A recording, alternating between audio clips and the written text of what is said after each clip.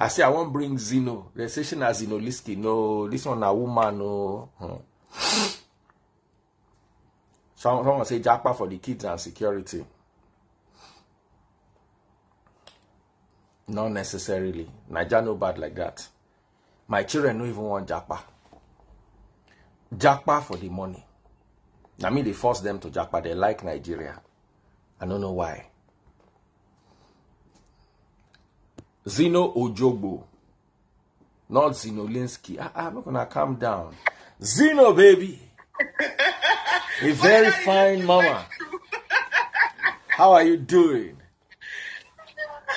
I'm good, Daddy Freeze. You see. And how are you? Good evening, everybody, or good night in Nigeria. I don't even know how to greet. How do they greet in the middle of the night? Good night, good evening. Okay. You see, with all that was happening, especially with the youth, I was like, the best person to come and talk to Nigerians at this time was Zeno. Zeno Jobu. Let me be adding your son name because you get one Zeno where they find for Nigeria now. It's not me, oh. I'm a woman. I'm not a And you see, a lot of people don't know how to Japa. A lot of people are stuck in Nigeria without understanding how to go about it, and they are running from agent to agent. Agent don't clean now. Especially people where they do Japa agent now. I know one Japa agent right now. He just buy Tiri house last month. Oh, wow. People, they enter their mugu. As in, at this stage, oh no. People, they enter their trap steady. So, the problem is, how do you Japa? Me, I was even thinking as a person, I want to see how I can help, what's her name? Because that's what her sister even asked me for. Mohbad's wife. How we can help her Japa is priority on my agenda. I've been trying to reach the sister. That's why I'm not making this about her, because I've not been able to reach the sister. I actually wanted to make this live about her and ask, what does she need to Japa? Oh. You understand? Yeah. Well, for most people, the people that I work with, and that's exactly how I came to Canada, if you have like a bachelor's degree or HND, I know that in Nigeria, HND is now equivalent to a bachelor's degree. So bachelor's degree or HND, then it makes it easy for you to relocate abroad. And the beauty of studying abroad especially, because some people that are very familiar with how relocation processes work, they expect you to have like proof of funds, substantial amount of money in your bank account for you to show as proof of funds. The study part, if you are relocating to study, is also a requirement. However, it is only when you are going to study abroad that you can use other people's money as proof of funds. And I'll give an example. When I say other people's money, there are opportunities like scholarships, and there are opportunities like study loans. And you are able to get these opportunities and use it to relocate. For example, for me, when I was trying to relocate from Nigeria, then I've shared this story before, but maybe some people are tired of hearing. Please share it. Nobody can be tired at this stage. There are some people here that are new. I would like to say that I was one of those lucky people that straight out of university, I got a job in an oil servicing company. This was 2012. In an oil servicing company, Baker Hughes then, straight out of university. So this was the only job that I interviewed for. In fact, I got the job when I was a youth corper.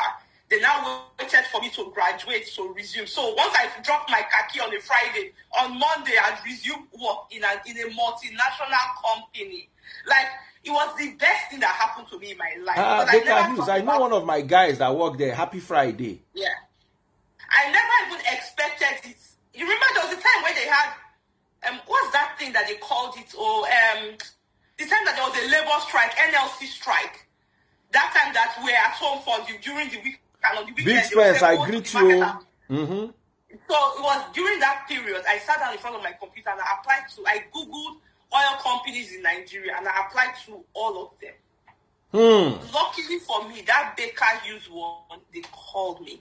And straight out of university, somebody asked me what I studied. I did my bachelor's degree in chemical engineering. During my youth service, that was when I interviewed and I got the job. That was the only job that I interviewed for. So I started working there. Baker Hughes is a good company. Like, I'm not even going to lie. I enjoyed the place when I was working there. And of course, they have training school in Dubai. Once I left Nigeria for the first time and I went to Dubai. And then I realized that, so life can be like this, where like no power failure, the system is working, and that's the first time. And I started thinking about it, that maybe I should relocate abroad. But then again, I also had a decent job back home, and I had career prospects, and there was a plan for you to grow and whatnot. So I was happy, I enjoyed my job. Then in 2016, I don't know if people remember, oil price dropped. Once the oil price dropped, that was firing. People started losing their jobs left, right, center. I remember the companies. What is it called? There was now a recession. Yes. In fact, yeah. It's like this thing is replaying itself, because it's like now again. So that was when I lost that job. I never expected it that freeze. Like, I didn't think that, sometimes you feel like, okay, we knew that something was coming, but I did not expect that it was just going to happen. It just happened. Anyways, I've had to activate Japa, and I'll tell you why. Once people were losing jobs, I tried to apply, like, use my contacts, now use network, call my network, try to look for other opportunities.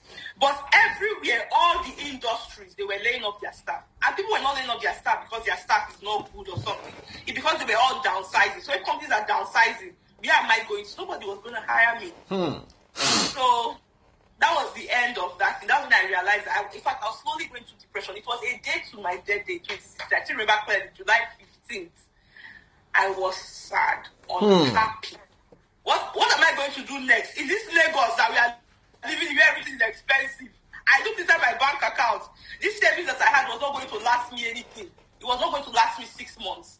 Like, I would wake up in this Lagos. That was when I activated Japa, because I looked at it. If I'm not going to get a job in the next 6 months, I run out of my savings. What's the plan for me?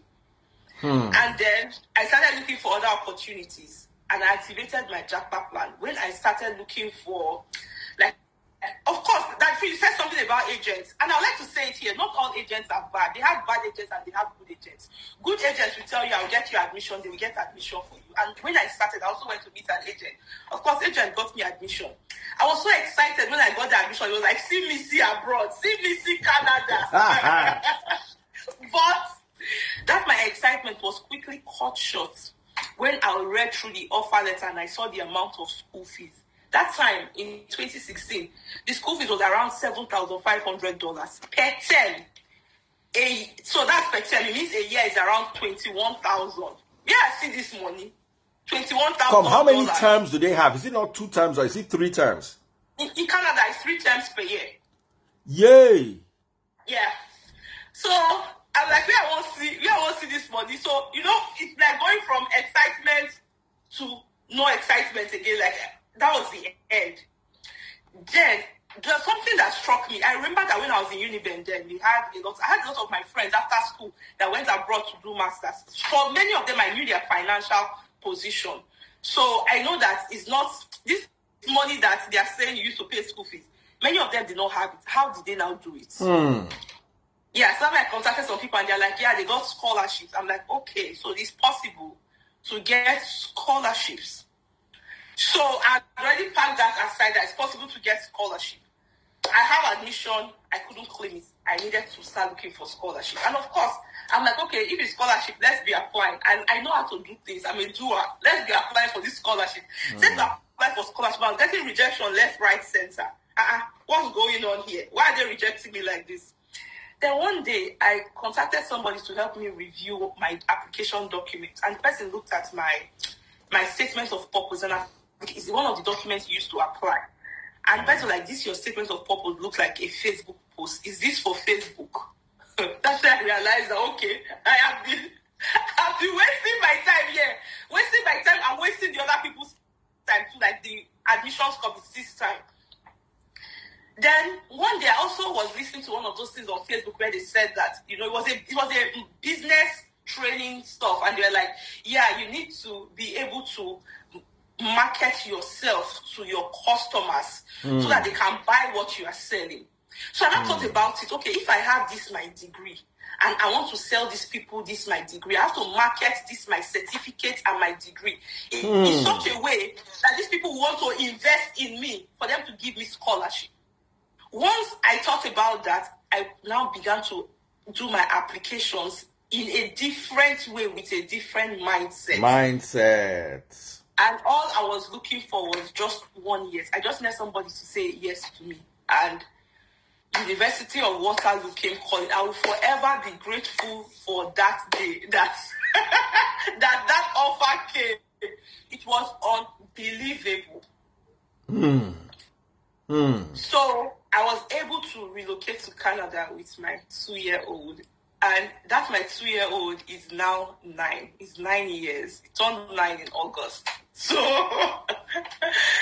fact, that relocation, after we came to Canada, that's another story for another day.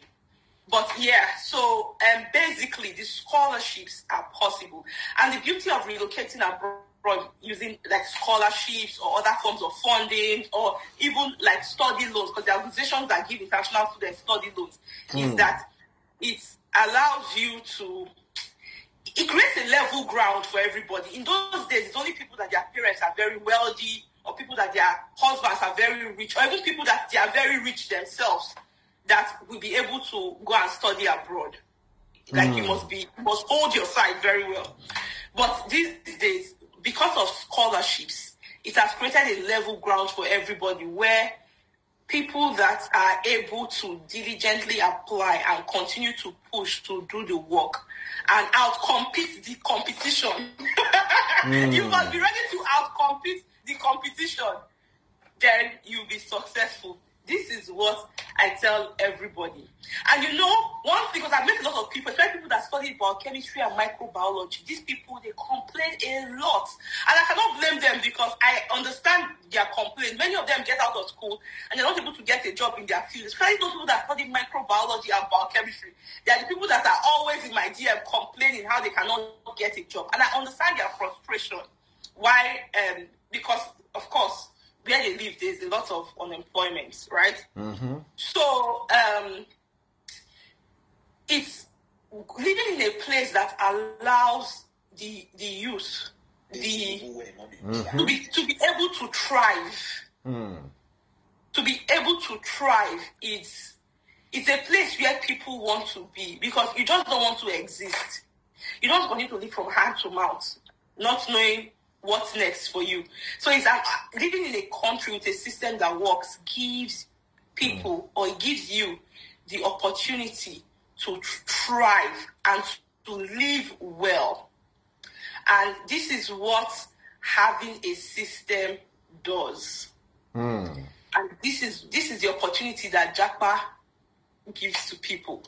And I've seen so many people, so many families, like their life has changed, their stories have changed, opportunities that they never thought that they would have ever had in their current situation, as they now have all of these opportunities. So this is what I tell people, and this is the message that I preach, right? So yeah, somebody saying if you are in your 40s, that the free. They are fighting in the comment section. What's going on here? Leave them. I'm trying to look at it through another phone. Ignore them. Let me turn off. I wish I can leave only Big Spence. Only Big Spence has sense today. All of you are listen. You see, my problem with Nigerians is between when Zeno came the last time and now, some people don't Japa. You still they cry. Oh, Nigeria is bad. What if Mohbad was abroad? This would not have happened to him. One day, they are telling you of how to go to the abroad. You are saying, what if? No be where they worry you. They are saying, this is how. Listen, she knows how to do it. Of course, at the end of the day, I always like to give disclaimer because that's how some people come. They will not get their papers. You see, if you notice, they did not talk about WAEC. If you get WAEC results, Zeno, can you help with WAEC results? No, so there are other people that can help people that have WAEC results, but me, I don't work with people that have WAEC results. You must have a bachelor's degree or HND, minimum. Bachelor's degree or HND. Zeno is not for those that they sent to school and decided to go and be cutting class and did not finish university. There are people who can help dropouts and those who did not have the opportunity to fund or finish their education. But today, if you are a dropout, just drop out of this life. It's not for you. If you are a dropout, drop out. No vex. And also, because I remember one situation, one guy where they do car wash. Now so into one Japa, in Congo look for Zeno. No. You see, when you hear Japa, all of you they watch. You where they fry akara for roadside. You get degree for akara frying from your mama where they said the akara before you. Automatically now you won't carry akara degree. Go. It's not you they are looking for. They are specifically looking for those of you who have at least a qualification, at least, be it bachelors of arts, bachelors of science, HND, not OND, not teacher training college, HND, minimum. At least you go school, you come out. So please, I'm going to open up the comment section just in case you have questions, because this is the best time to actually think. There are 1,600 people watching us live right now, and there's no better time to actually reevaluate why you are staying in Nigeria than when $1 is 1,000 naira. Let me break it down to you here. I walk into McDonald's and I spend 20 pounds burger and drinks for me and my wife. It's about what we spend in Nando's when we go to Nando's. That's 20k. Yeah. 20,000 naira. Sorry, 22,000 naira, because pound is more expensive than dollar. It is 22k to you living in Nigeria. It is still 20 pounds to those living abroad. Anytime in my family now, they say we should donate money. If they say everybody should donate 30,000, my sisters are happy because 30,000 is nothing to them abroad. Yeah.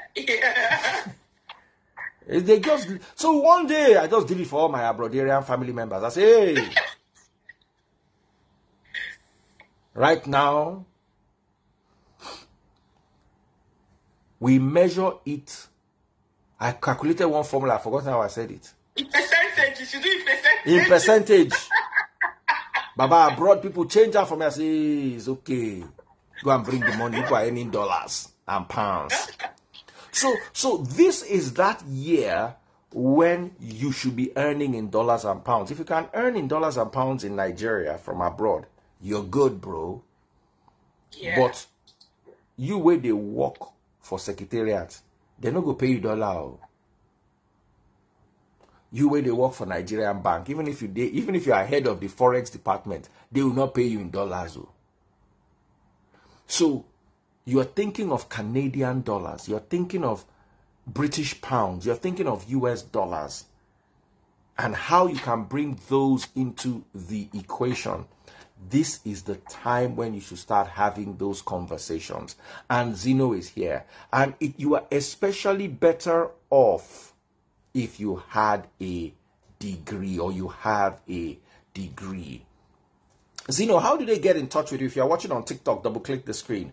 Double click the screen if you're watching on TikTok.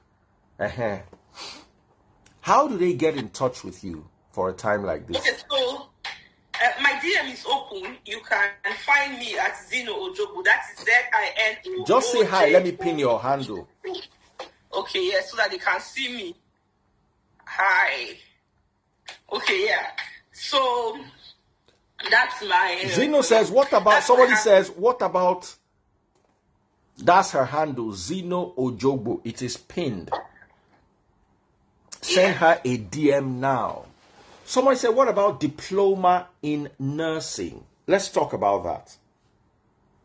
So diploma in in nursing, is it like a 2-year program? Is it a 3-year program? I know that this nursing, they have different kind of degrees.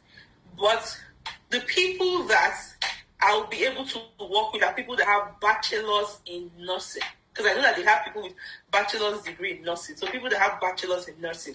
There are other pathways for people with different kind of nursing degrees to relocate. But I don't have experience in those pathways. But if anybody that has a bachelor's degree in nursing, they can do their master's or their PhD abroad on scholarships. So what Zeno is trying to sell to you is a scholarship to take you abroad. Not Japa. How you can apply to Canadian universities and get a scholarship that will pay you to go to school. This one not be for artists, though. This one not be for those people who want to run. No. You are going abroad with the view to further your education. Now your route, now your road, now your bush path where you want to enter the abroad. Be that.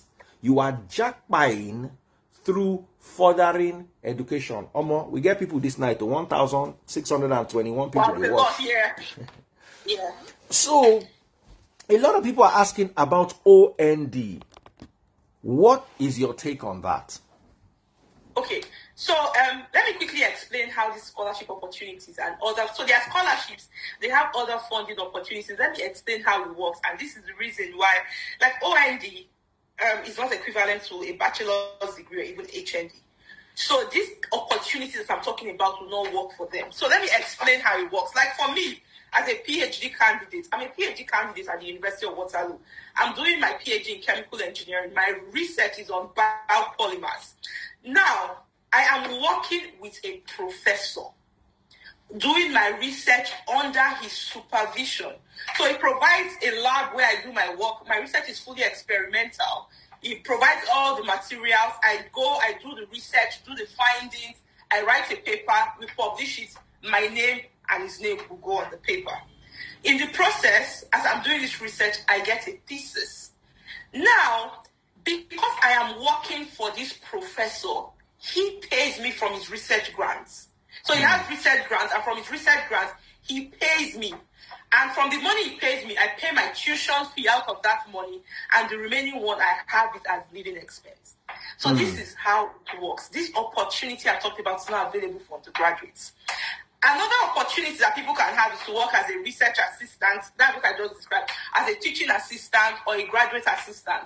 It means that you are filling different roles in the university. These universities are broad, they cannot function without graduate students because they need them to fill specific roles, graduate assistantships, working in admin roles in the library, working in the hostels, those administrative roles.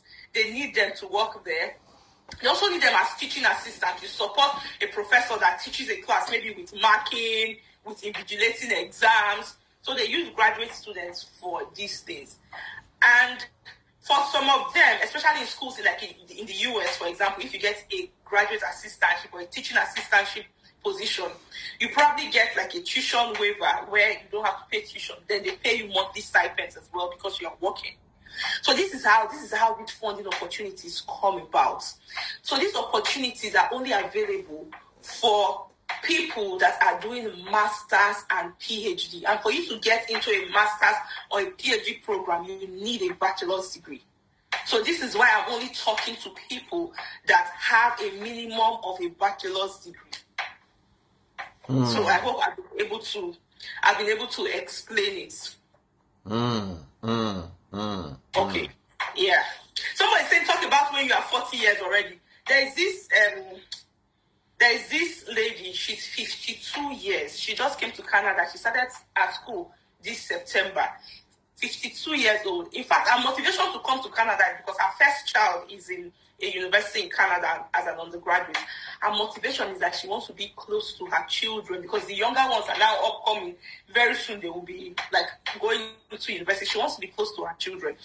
At that age, the easiest way for her to be able to relocate to Canada is via the study pathway. So she took it.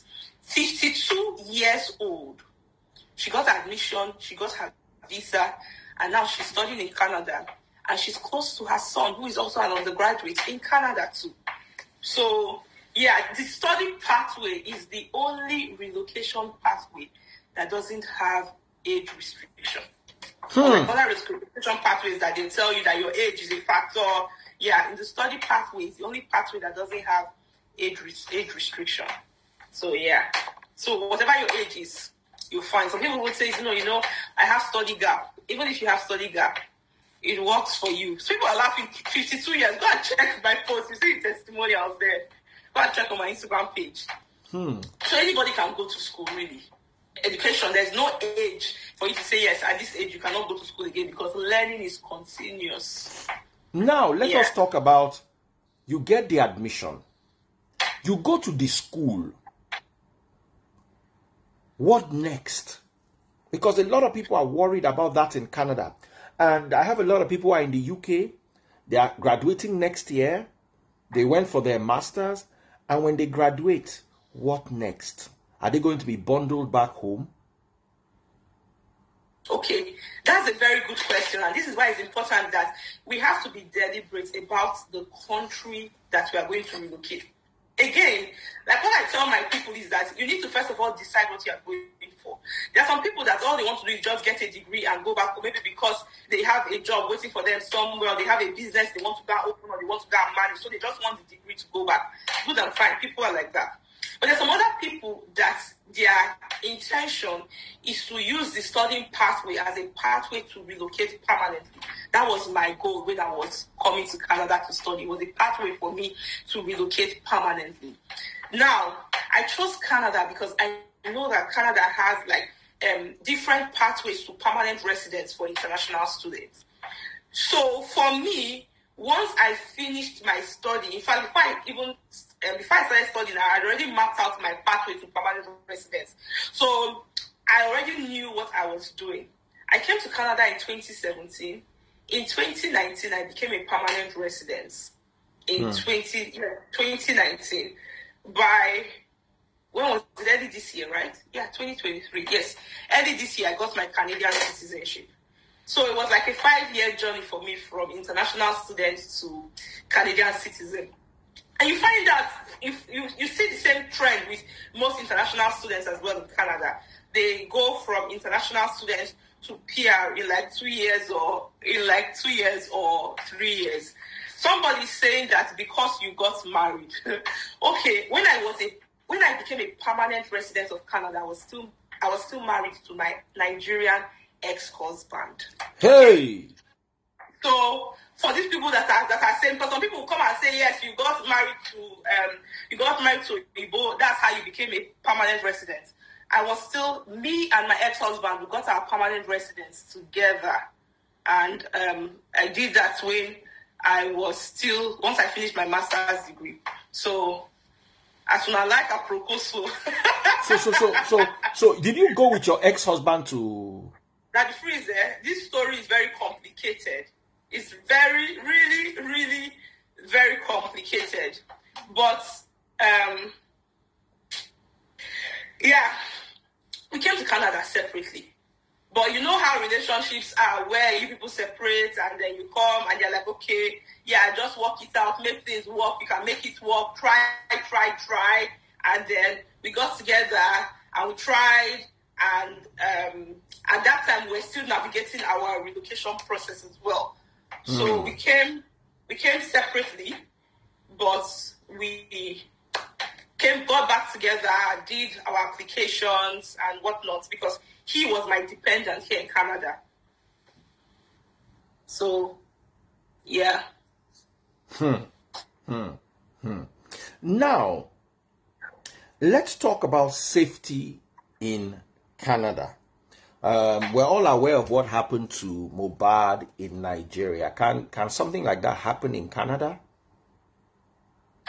Well, yeah, it can happen, but if something like this had happened in Canada with all the videos that were going all over the place, I know that the police would have swung into action like immediately. That was what with the videos, it was enough evidence for them to bring people in for questioning.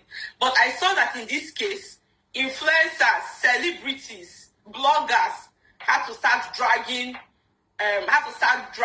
police, drag this, drag that, before they come and make official case first. Like, it just reminded me of that George Floyd, when it happened to George Floyd. It was the video that circulated on the internet that they used to take action.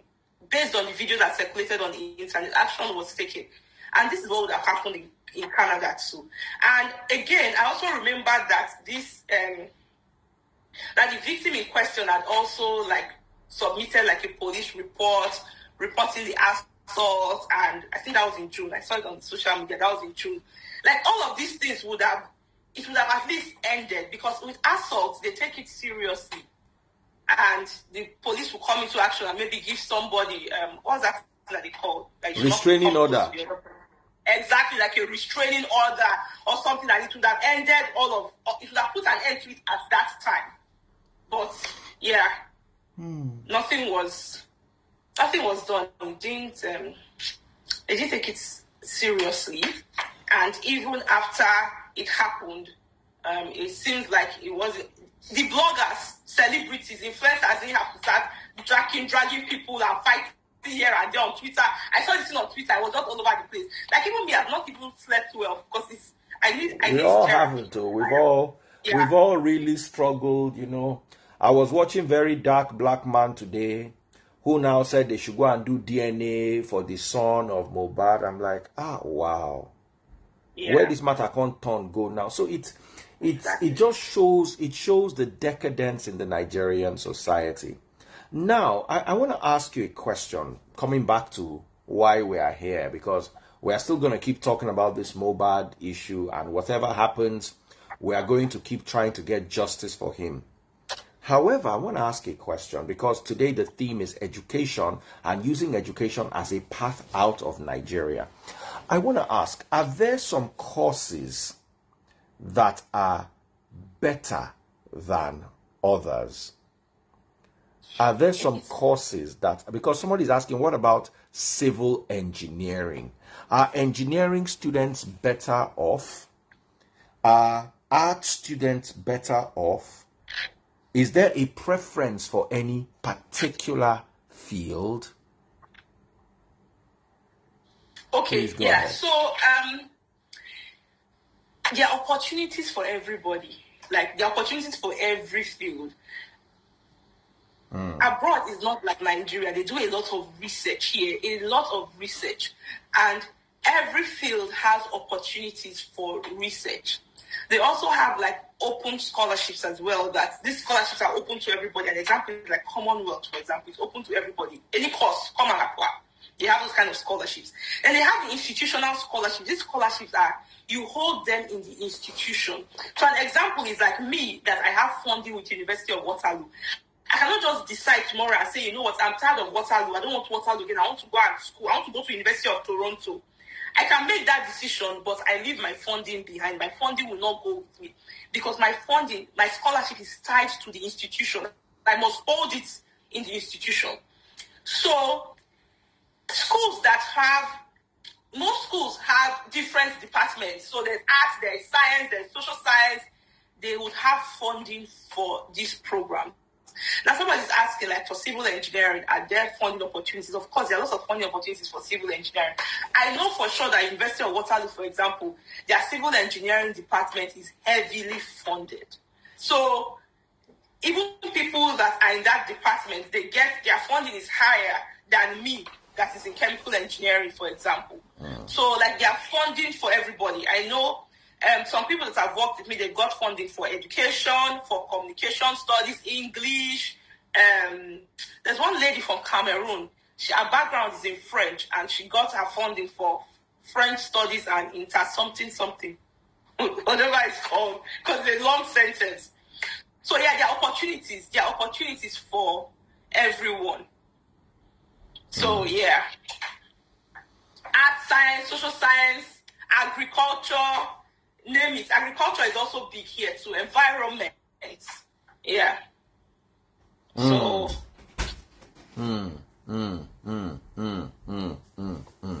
Guys, keep your questions coming. Remember, her handle is at Zeno Ojogbo. Z-I-N-O. Not like Zinoleski.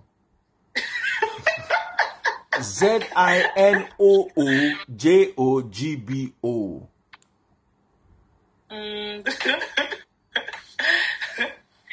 Yeah. So let me see. Yeah, somebody's asking for finance. Yeah, the opportunities for finance. There's one guy from Ghana. Hakim is his name.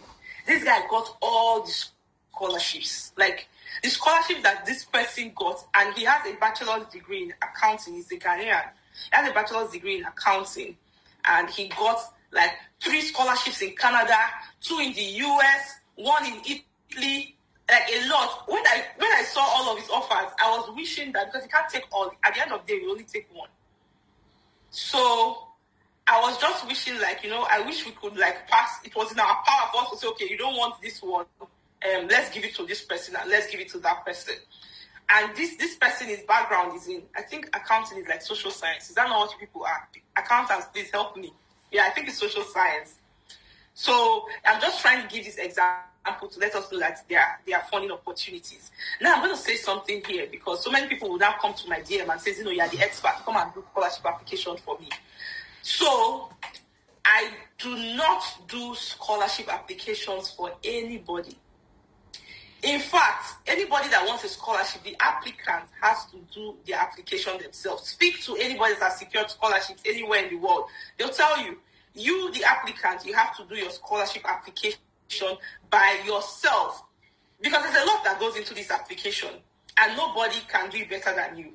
If you are looking for somebody that will do your application for you, you are better off going to find a decent agent that will do it for you. But agents cannot apply for scholarships for you. Agents will help you get admission, and then you have to pay your school fees from your bank account, or maybe have somebody to sponsor you and you pay your school fees. So just so that people don't get, because some people come and meet me and say, you said on that the free live session that you will do scholarship application for us. I'm saying it here again, I do not do scholarship applications for anybody. I will teach you how to do it, provide you with the resources, samples, templates, like the things you need to know, so that you know what good looks like, so that you know exactly what you are doing. Because if you don't know what good looks like, what I see that most people do is that they go on the internet and maybe they're trying to prepare a scholarship essay or a document for their scholarship, and they go on the internet, they just go and copy something from there. In fact, that's an academic offense. Plagiarism, what you have done is an academic offense. If you have caught, there was somebody he has even gotten to the US on scholarship to do his PhD. It was later, after he even started his program, they now realized that some of his application documents, he had copied them straight off the internet, that he freezed. They canceled his admission, canceled his scholarship, canceled his visa, and sent him back home. That is how bad it is. So, if you go on the internet to copy, you don't even know if the person that used that, if it worked, or who even put that in there, right? At the end of the day, I normally tell people, because people say, doing scholarship application is a lot of work, I cannot do it. I normally tell people that, see, you have 2 options. It's either you put in the effort that you need to apply for scholarship, because nobody's going to drop $20,000, $25,000, $30,000 for your lap. Nobody's going to do that. The money comes from somewhere. Most of these institutional scholarships, they come from taxpayers' money. Come from somewhere. Nobody's going to drop it on your lap. You can either put in the effort and do that work, or if you feel like applying for scholarship is too much work for you, perhaps you have a job that you are doing. Maybe you work in the bank. You're not wearing a shirt. Don't come here. If you want to come down, wear a shirt. Maybe you work in a bank, or you have a business that you are doing. You can do the work in that your business, get the money that you need from your business, and go and pay the school. However way you slice it, you are either doing the work to apply for a scholarship, or you are doing the work in your business or at your job to raise the money to pay for the scholarship, to pay for your school fees. So these are your options at the end of the day. So you have to weigh them. There's some people that they don't even have that money. I asked somebody yesterday that if you were to work at your job currently now, and let's say you need $20,000 for your tuition abroad, and this is your current job at your current salary, if you are to work at that job and you are saving 100% of your salary, which you know is not possible because you have to pay your living expenses, how many years will it take you for you to work $20,000 that you'll be able to use to pay your tuition fees abroad. The person said 9 years. For some people, too, it will even be up to 20 years. It depends on how much the person is earning. And the current exchange rate, it's a lot. So now, imagine that you now put in that effort and you don't have to wait 9 years. You learn how to apply for these opportunities, how to find them, how to apply for them, how to secure multiple, how to prepare your documents. And you have a system. Because at the phrase, I'm going to tell these people here today that it's a volume game. It's just like when you're applying for a job, you do multiple applications for you to get a job. It's a volume game. Volume. The more applications you do, the higher your chances are. Because think about the population in India. Think about the population in China. Think about the population in the rest of the world. All of these people are also doing the application. So you have to outcompete the competition. Then it now also means that you have to submit multiple scholarship applications. And again, like I said, all you need is just 1 year. When you get that 1 year, it's like your life will just change for the better, because you are now open to a lot of opportunities that perhaps maybe you may not have. There's this lady from South Africa. She used our framework and she was able to secure scholarship, $41,000. And she came with her husband and her 2 children. She's from South Africa, $41,000 per year. And I remember when I was talking to her, because she seemed to be doing well. She works in the pharmaceutical industry in South Africa, and she's also a fitness coach. That's a side hustle. She's a fitness coach. But she used her side hustle as a fitness coach for her to apply for this PhD, and she got the admission and scholarship using her side hustle. So I asked her, like, I know that South Africans, many of them don't relocate because their country is good. So many South Africans don't relocate. Say good evening, sir, to that friends. Can I have some ice cream? Yeah, eating ice cream this night. Did you ask me? At home. Okay, go. This is my son that I came to Canada with. He was 2 years old when we came. Today he's 9 years old. Happy birthday, Zeno Jr. Say thank you and go. Thank you. Bye. Wow. Yeah. So you gave him so you came with him at 2. Yes, he was 2 years old when we came. Yeah. Did your scholarship cover him? Okay, so my scholarship did not cover him. Now, for him, I had to show an extra $4,000 as proof of funds for him. So what I did at that time was that I asked my older brother to give me his bank statement. So my older brother supported me with his bank statement, and we wrote a letter to say that he's going to make the money available for him, and that's what I did. When we came, he was 2 years old. It means that school here in Ontario starts at 4. He couldn't go to school. He had to go to daycare. My University of Waterloo, provided me with daycare bursary, and they were giving me $2,000 every term, and I used that money in addition to my scholarship. So I had scholarship, and they gave me additional daycare bursary. This is bursary that they had put aside for international students and even other domestic students that don't have enough money for childcare. So I applied, and they gave it to me, and they were giving me $2,000 every term, and I used that to pay for the daycare for him. At that time, this was in 2017. So he's smiling. Yeah, this boy, we have come a long way. It's not easy. That's why me and my son, we are very close, because we have really come a long way. Everywhere I've been, he has been everywhere with me. Now, let us talk about people who have children. What's your advice? People who have children, because I'm asking all these questions especially for Mohbad's wife. I've been trying to search for her sister's email or contact. What's the best thing to do for someone that has a child or children? Okay, so for somebody that has children, now if they get funding, in most cases, the funding will not cover their children. These days, they have organizations that give loans to international students. An example is Empower. So they give loans to international students for them to study. So you can bring your dependents and use that loan as your proof of funds. So like for me, I said my brother gave me bank statement. Some other persons may not have somebody that has money in their account to give them bank statement. So you can use loans as your proof of funds.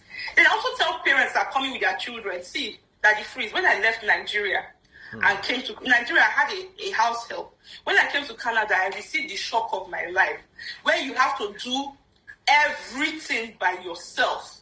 I normally tell people that when you are relocating with family, be it your spouse, be it your children, as you are planning for yourself, you are also planning for them too. Because it's not easy for you to pack up your life from a place that you know and go and start somewhere else if you don't have a plan. So like for me, one of the reasons why I really wanted to go to University of Waterloo at that time is because I'd already seen, I checked other schools as well. I'd seen it that University of Waterloo gives childcare bursary. And I know that there are some other schools that do that, but Waterloo was now my choice because I'd seen that, okay, this place, I'll be able to raise my son in this place. It's a good place for me to raise children. It's close to the big cities, like 1 hour from Toronto. So if I need to be in the big city, I can easily drive there. It's close for me. I had family here in Ontario. And then plus all the other opportunities that I had as well, I decided that, okay, I was going to come here. And luckily for me, I got the funding in Waterloo. I would tell people that you need to do your research and do your homework. When you relocate abroad with kids, it's not going to be a walk in the park. There are days that you'll be frustrated. Especially if you don't have help, you don't have any support. Like for me, for the first year, it was just me and my son. Going to daycare, going to school. I was very disciplined. So I tell people that you need to dot all your I's and cross all your T's. I was very disciplined. And I've been out of school for like 7 years, coming back to do masters. I didn't forgotten the principles of differentiation and integration. I had to start from first principles, going on YouTube to learn. I studied hard because I wanted to be successful. I studied hard. And I had this 2-year-old. I had to feed him, bathe him, play with me. Now at that age, mommy play with me, mommy play with me. I have to make sure I'm there to play with him, put him to bed, do all these things, make sure that there's money for food. Like I had to do all these things by myself, alone, in addition to studying after being out of school for 7 years. I woke up by 5 a.m. for 8 months, except on the weekends. 5 a.m. every day I woke up, except on the weekends. 5 a.m. I was awake because I had to catch the bus at a specific time. My boss would leave at whether 7:30 or 7:32. I had to be there. I had to bathe this boy, feed him, pack lunch for myself, arrange everything. So I was very disciplined. I was not going about gallivanting the place. Come here, go to the mall, go and doing. I wasn't doing relevant thing. I was focused. I knew that I wanted to study. And I also had a plan to do a PhD after my master's. And at that time, my funding that the University of Waterloo gave me only covered my tuition. It didn't cover living expense. And I posted a story one time where every time on Sunday, me and my son would be going to church. Our church was not far from our house, so we just walk. And we'll walk past the McDonald's. Every Sunday, my son would say, Mommy, let's go to that McDonald's. I would tell him, not today. There's no money today. We'll go another time. And every time we did that, because when your money is calculated to the dollar, that's how I was living. And the reason why it was like that for me is because I came with some money. But when I came as a new international student, I wanted to rent a private place for me and my son, meaning like a 1-bedroom apartment. I didn't want to share, because people share. When they share a house, different people have rooms. But my son was too young. I just felt like I needed some privacy, not sharing bathroom, not sharing all those things. So I wanted to rent a private 1-bedroom. I didn't see anybody to rent to me because they asked you for documents. Bring your pay stub, bring your notice of assessment, your tax documents. I just come. I didn't have that. I almost even went back because I was getting frustrated. And you almost went back to Nigeria? Yes, because I couldn't get a place to rent. Where was I going to stay with my son? But somebody told me that if you offer them 6 months rent, they're going to rent the place to you. So one day I went to the place and I spoke to the person, and they're like, yeah, if you pay 6 months rent, we'll rent it to you. And I carried all my money that I came with and I gave them. We had secured a place. That was what was most important, that we had a place to stay. So that's how I ran out of money. And I couldn't work the way other people would work because we were going to watch my child.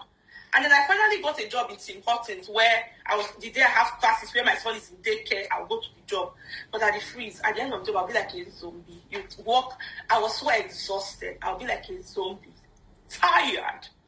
I'm like, I cannot live like this. And this is same. I'm sharing this because this is the reality of most people. They travel abroad and they tell you that life abroad is difficult. So everybody has their struggles. But one thing that I told myself is that my struggles is only going to be for a season. This is not going to be my reality. That was when I realized that I need to apply for this scholarship. My scholarship only covered my tuition. I didn't have money for living expense. The day we finally was able to afford that McDonald's, we were only able to afford McDonald's for my son. He sat there eating while I took pictures. My heart was full. I was happy that finally I could finally afford this McDonald's that this boy wanted. He had the McDonald's experience. I shared this story on my page a while ago. Because many people, they say, you make it seem as if it's easy. It's been a journey for me to get to where I am today. But one thing I now did is that I knew that if I was going to do a PhD, I don't want to have scholarship where I'm living from hand to mouth. I want to be able to get good scholarship where I'll be able to live well. So I started, during my master's, I did everything I needed to do. They say publish papers. I published papers. I have 10 academic papers that are published. If you check Google Scholar, you see me there. They say attend conferences and present your research at conferences. I did that. Everything that they said that you need to do to position yourself, keep your CGPA high. I'm not going to lie, I struggled a bit because, of course, trying to get money for me and my child, taking care of this boy, going to school. While my mates were getting like 95%, I graduated from my master's with 85%, 85 over 100. For me, that was good enough because I was able to strike a balance between being a mother and my academics. Then my PhD came and I began to apply using everything I've gathered from my master's. I got the University of Waterloo scholarship. I applied for the state government scholarship, Ontario scholarship. I got the state government scholarship. I applied for the federal government scholarship. It's called NSEC scholarship. I applied for that one. I got it. This is like the highest level of scholarship in Canada. I got it. And I did all of this based on everything that I had built upon over the years. And this is why I tell people that, see, you need to be very intentional to make sure everybody has what they are going through. Everybody has their stories. But you need to make sure that it is for a season. Because some people get lost. And some people say, in abroad, all they are doing is care job. They are suffering. Some people, they come to abroad and they say, okay, I'm going to start with this care job for a while so that I can be able to fix things, maybe apply for a good job, do something. But they get stuck there and they are not able to leave. And you see, they have not been working at that job. Many of them are not doing it because there are some people that actually like to help people. That's what they want to do. But those ones that are doing it because it was a means to get by, they now get stuck there. They are not able to leave and to move out of there. So at the end of the day, I share these personal stories just to let people know that, you may be facing some sort of difficulty. It's only for a season, but you have to put in the effort. Nothing good falls on anybody's laps. You really have to put in the effort. So if you come to my DM and say, no, you know what, just do it for me, I'll tell you, no, sorry, I can't. But for the people that are willing to learn, to put in the effort and do the work, really now, when you got all these scholarships, did they actually give you the money or they took care of you in another way? Oh, no, they give me the money. So, the other day, I was like, I should have recorded when I was paying my school fees. So, the way it works is that I have an account with my school. Every time, at the beginning of every term, they are going to credit down my account to say that this is the amount of money that you have in your account. From there, because I'm now a domestic student, my school fee is $2,500. From there, I'll just make a promissory note and say, take the school fees from my money that is in this account. Once they have taken the school fees, then the remaining money, the balance of the money, when I'm no longer owing school fees, they're going to pay it into my bank account. So I now have cash. So from there, I'm able to pay my mortgage, pay for my car, pay my bills, do all those things. So the scholarship that I have is enough for me to live and have savings. Somebody says you can't cash the money, it's only for school only. That is not correct. You can cash your scholarship money. Your scholarship covers your tuition plus living expense. Once your tuition is removed, they credit you your bank account. They credit it into the remaining money to your bank account. That's how it works. And scholarship is not loan. Scholarship is not loan. They are study loans and they are scholarships. Study loans is different. You have to pay back loans. Scholarships, you don't pay back. So let me ask you a question. You now, for instance, me, I ask plenty questions. At the end of every month, how much is left for you after your scholarship, Okay, there's something called scholarship stacking. there's something called scholarship stacking. So for me, I have an NSEC called CGS, the Canada Graduate Scholarship. That one is 35,000 per year. Because I have that NSEC scholarship, the University of Waterloo also gives me something called President Graduate Award. So that one from the university is 15,000 per year. Put that together, that's 50,000 per year. Then I also have another scholarship called Waterloo Institute of Nanotechnology Scholarship. That is 10,000 per year. So the total of everything now is 60,000 per year, and my tuition fee is $7,500 per year. I was on maternity leave for the last 1 year, 2022. I just got back to school in September. My scholarship was paid me while I was on mat leave. So every year, you have about $50-something thousand. $60,000 here. That is paid into your account. I'm talking about after they remove the scholarship. After they remove my tuition fees. So that is 60,000 minus 75. That's 52.5. Yes. So you are earning a salary of 52.5 for going to school. Yes, that's what I get paid for studying. Yes. What? And you are still in Nigeria. Hey, all of you are in my DM. All of you are always in my DM. Daddy, please help me. I cannot pay my school fees. Taxes. Scholarships are tax-free Free. as well, so I don't pay any taxes. Yeah. 7,000 per year or per term? She said it's per term because it's 2,005 per term times 3. 2,005 per term. I'm a domestic student. I pay domestic fees. So it's 2,500 per term. So it's 7,500 per year. That's what it is. So if you divide 52,500, let me help you divide it. 52,500 divided by 12, you have $4,300 a month. Yeah. So somebody saying that OSAP is also giving you. I do not apply for OSAP because OSAP is just like the where you can get loans from Ontario government. Again, these OSAP loans, they are giving to somebody in the UK says, sorry to interrupt you, Remy in the UK says, I need to Japa to Canada. So there is Japa even for our Broderians. Oh God. Someone said, is it a loan? It's like your ear is paying you. She said, no, it's not a loan. Is it available for international students? Yes, scholarships are available for international students. Again, there are different kinds of scholarships. When I was doing my master's degree, my scholarship was 21,000 per year. No, I think it was 22. 22,000 per year was my scholarship as an international student. When I started my PhD, I first of all got the school scholarship, but I couldn't combine that. So I got the school, state government, federal government.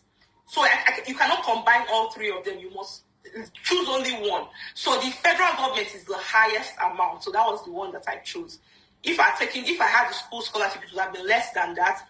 The state government would have been less than that. But the federal government was the highest amount. So I chose the federal government scholarship, and I've had that since 2020. I remember when I applied and I was waiting for the results, I sat at the edge of my chair waiting. Because some people, they apply for it, it's very competitive. So people apply for it year over year and they're not able to get it. It's really competitive. But me, I just say that, I do my best, put in my best effort. I talked about all the things that I did in preparation for this scholarship. So I tell people, you have to start before you're ready. I knew I was going to apply for this scholarship when I was doing my PhD. During my master's, I had researched it. What do I need to be successful in this scholarship application? I saw it, and I began to get all those things when I was doing my master's degree. So that was somebody said Canada scholarship is not easy to get. I've not even used the word easy here, because that's what a lot of people say. It's not easy to get. Is it easy for you to get $20,000? If you are working, even people that are working abroad, how many months do you have to work for you to work $20,000? Because when people are saying it is not easy, it's not easy. Do you expect it to be easy? I've not mentioned that it doesn't fall on anybody's lap. You have to work for it. Who is eligible for it? scholarship. How can we apply in the USA? Are you currently in the USA or you're outside of the US? Somebody said that is not possible, that this thing you are saying is not possible. I totally disagree. It's very possible. They don't want to believe it. But like I said, I did everything that I had to do. I have Google my name, Ewo Mazino Ojobo. Use Google Scholar.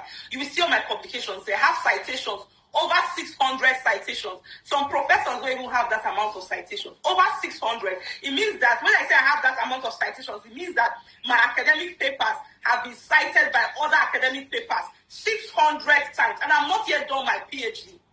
So let me tell you, I did not achieve all of these things by playing. I was not looking for easy. I was willing to do the work.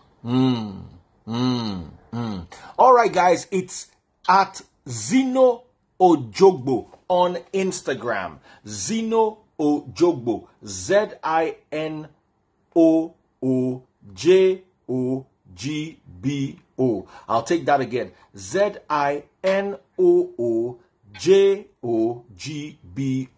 Someone asked a question as we're rounding off right now. Someone asked a question. Is it easy to get scholarship? How many people get scholarships? Over to you, Zino. How many people actually get scholarships? So the people that apply until they succeed get it. I find that many people even give up before they succeed. And some people will do. I said it earlier that scholarships is a numbers game, volume. Some people, when I was very broke and I didn't have money, I started applying for scholarships. I was applying for any scholarship I see. Some of them were even $500. I would apply. Anyone I see. And as I was doing these multiple applications, it came with a lot of rejections. But also, there were a few that I was successful at. But most importantly, I was getting experience. And with every application I did, I was getting better. I was improving. For some scholarships, they'll give you feedback why you're not successful. Some will not give you feedback. I would ask anyways if I can get feedback, just because I wanted to improve. And this is the reason why I got better. So if people are saying, is it easy? Is it easy? Go and work $20,000 in your job and tell me how easy it is. It's not easy. You have to put in the work. So as long as you are ready to put in the work, you have the right strategy. Strategy is very important, and you have the right system. So when I talk about multiple applications, for you to be able to do multiple applications successfully, it means that you need to have a system in place that you can use. Otherwise, you're going to burn out. So if you have the right system in place, you have the right strategy to use, and you are willing to do the work, then you apply until you succeed. And again, there are a lot of European schools where their school fees are very cheap, or the tuition fees is really low. Some of them are free tuition. Some of them, they just have scholarship. You have to write exams. Today, I was talking to one of my employees in Nigeria. He just recently relocated to Austria, where he's doing his master's degree. And he was telling me that he was talking to somebody else, and they were asking him, how did you get this Austria opportunity? And he's like, yeah, you have to write an exam. The person's like, no, it's not for me. I don't want to write exam. You don't want to write exam, but you want opportunity. Really, you have to be ready. Like I said, you need to outcompete the competition for you to get it. So you have to be ready for you to do the work. So it's going to take you having the right strategies, having the right system, and doing it until you succeed. Yesterday, I went to see a doctor. I didn't really have to see the doctor, but she had told me to come. We had to talk about something, but it's not like it wasn't pressing, it wasn't important. I didn't have to. But I went there and there were a lot of people. I was waiting and waiting. I was just about to give up. I'm like, I beg, I'll just go. It's not important. I will send her. I will send them an email later and tell them that, yeah, I waited. I couldn't wait. I left. But I just decided that, okay, I've driven there 20 minutes drive. I'm like, let me just wait 5 more minutes. Do you know that within that 5 minutes, they came and they called my name for me to go and see the doctor? So just imagine if I'd almost given up to say I'm going home. But within that 5, say, let me just wait a bit more. That 5 minutes, they came, they called me, and I went to see the doctor. And many people, they give up before they succeed. That is the issue. And they'll come and do 5 applications, and they say, yes, I've done 5. This thing is not working. It's volume. It's volume. And you have to push until you succeed. So guys, the reason why a lot of you are finding it hard is because you are not willing to put in the work. Many of you want things easily. You see, in Nigeria, you go to school easy. You just pay your school fees and show up in the school, probably sleep with one or two of the lecturers, and then you get by. Nobody's going to sleep with you in Canada. If you like, let your yash be bigger than Ikoyi Club. Nobody is going to touch you. If you like, go to class without pints. Ain't nobody gonna look you. So you are not used to earning things. I know girl wey no go do exam and she still pass the exam wey she no do. Because she had passed the exam in the lecturer's office 2 weeks before. He no work for Canada. Oh. They know they sought lecturer for Canada. Oh. So, if you want things easy, this woman told you her story. She could not afford. When all of you are saying, oh, wow, now she's, from her scholarship, she's earning $4,500 every month to go to school. There was a time when she could not buy her son McDonald's. There was a time when she could not, after she paid her rent, she had no more money left in her whole life. And she kept pushing. There was a time when she got so frustrated she wanted to come back to Nigeria and come and meet Buhari. But she didn't give up. This message is for, if you call me and say, Daddy Freeze, I reached out to Zeno and it did not work for me. It will never work for lazy people. It will never work for people that have no drive. So you people think that Zeno, they were just calling Zeno, hey, Zeno, Jogbo, where are you? We are looking for you in this Canada. It is only you we are looking for. Just start coming now. No. If you are not willing to put in the time, you will not make a dime. And there's also a luck factor. I need to chip this in because some people do everything right and just not get it. The percentage might be low, but you might just be unfortunate to fall into that percentage. Also keep that at the back of your mind. Nothing in this life is guaranteed.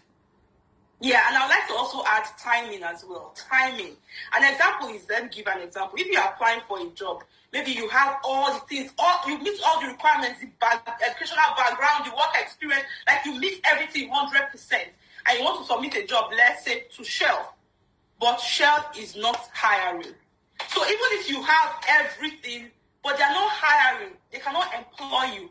So timing is very important.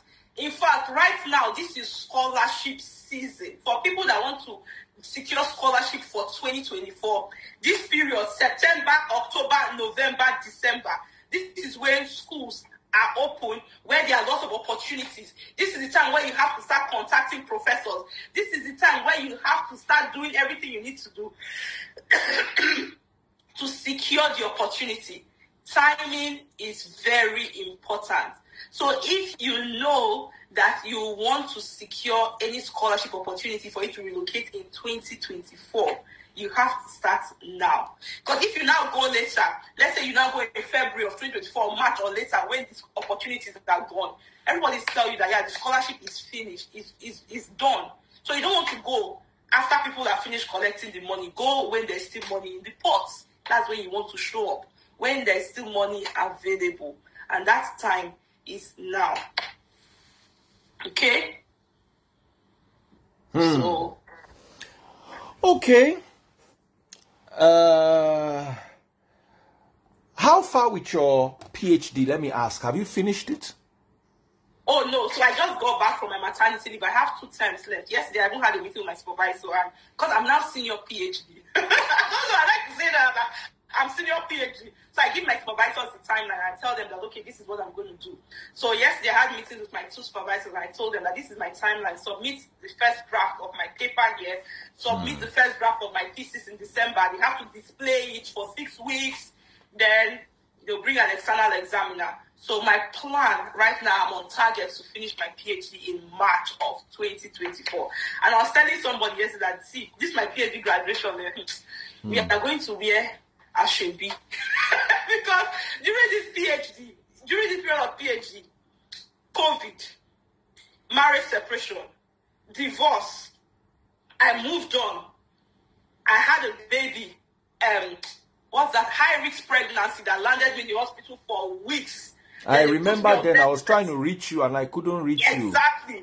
Yeah. They put me on bed rest. I had a baby, went on maternity leave. I've come back now to finish the PhD. Man, that the freeze. It's been a lot. So I'll say that, man, we'll where I should be when we are celebrating this PhD. Yeah. So. All right, guys. Zino Ojogbo for you live. I'm sure you've been motivated. I'm sure you are aware of your opportunities now.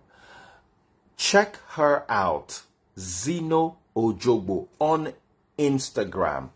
Somebody sent me $10 on YouTube. Thank you. Talent Hunters TV, €10. Thank you so much. I appreciate you. Zino Ojogbo on Instagram at ZINOOJOGBO.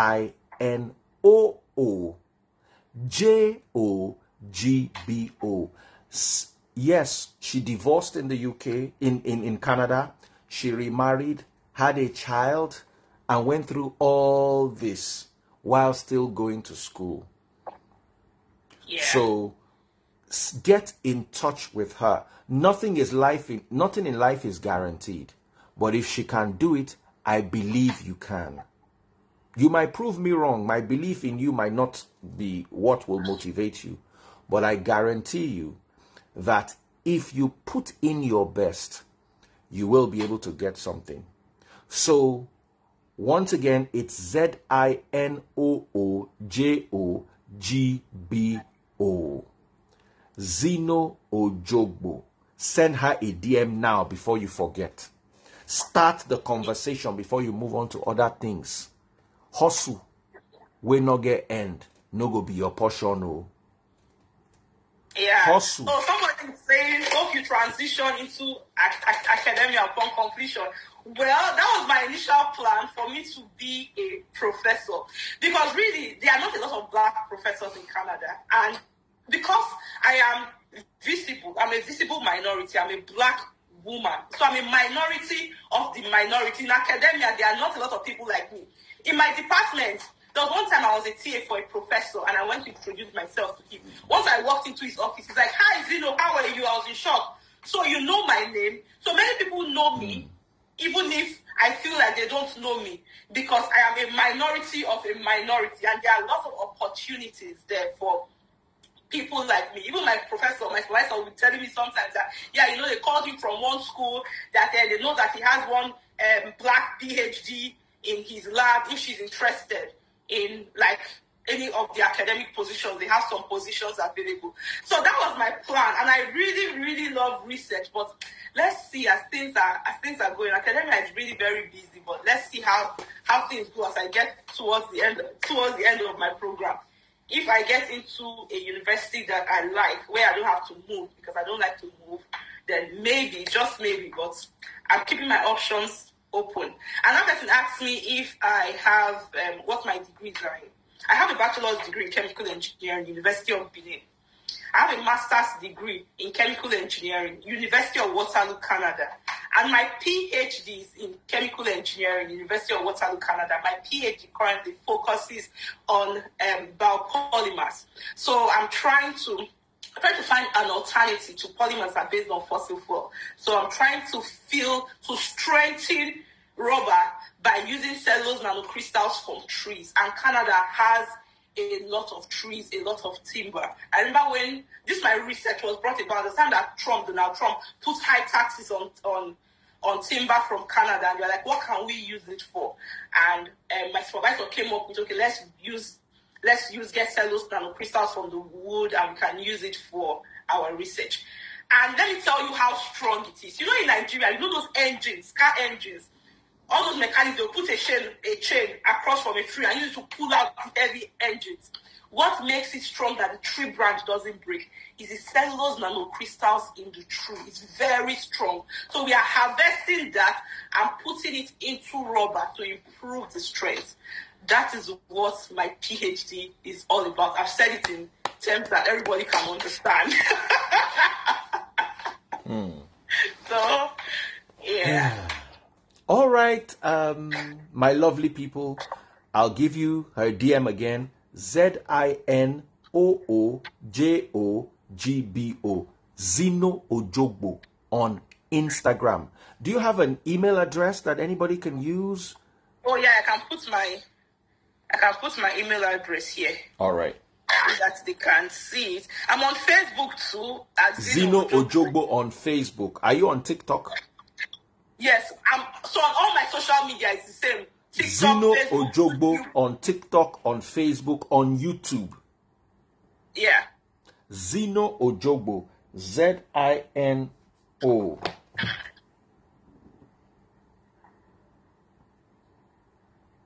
So I put my email address as well. Oh, I'm a professor in the US. My work is on nanoparticles. We should connect then. Daddy Free, I see a professor here. Daddy Free, this is your followers there. You have high quality followers here. Straight up. Mumu no they follow me. Oh wow, we should connect because we work in the same area, nanoparticles. Yeah. ZINO. The email address is zino.enwende@gmail.com. Zino.enwende@gmail.com. Or across all social media, Zino Ojogbo, ZINOOJOGBO. Twitter, Instagram, TikTok, YouTube. Reach out at her, ZINOOJOGBO, Zino Ojogbo. So, you heard it, guys. The wonderful, beautiful, and very intellectual Zino, over to you. Thank you for coming, and I hope you learned something. Thank you for having me, guys. It was nice to be here. Bye.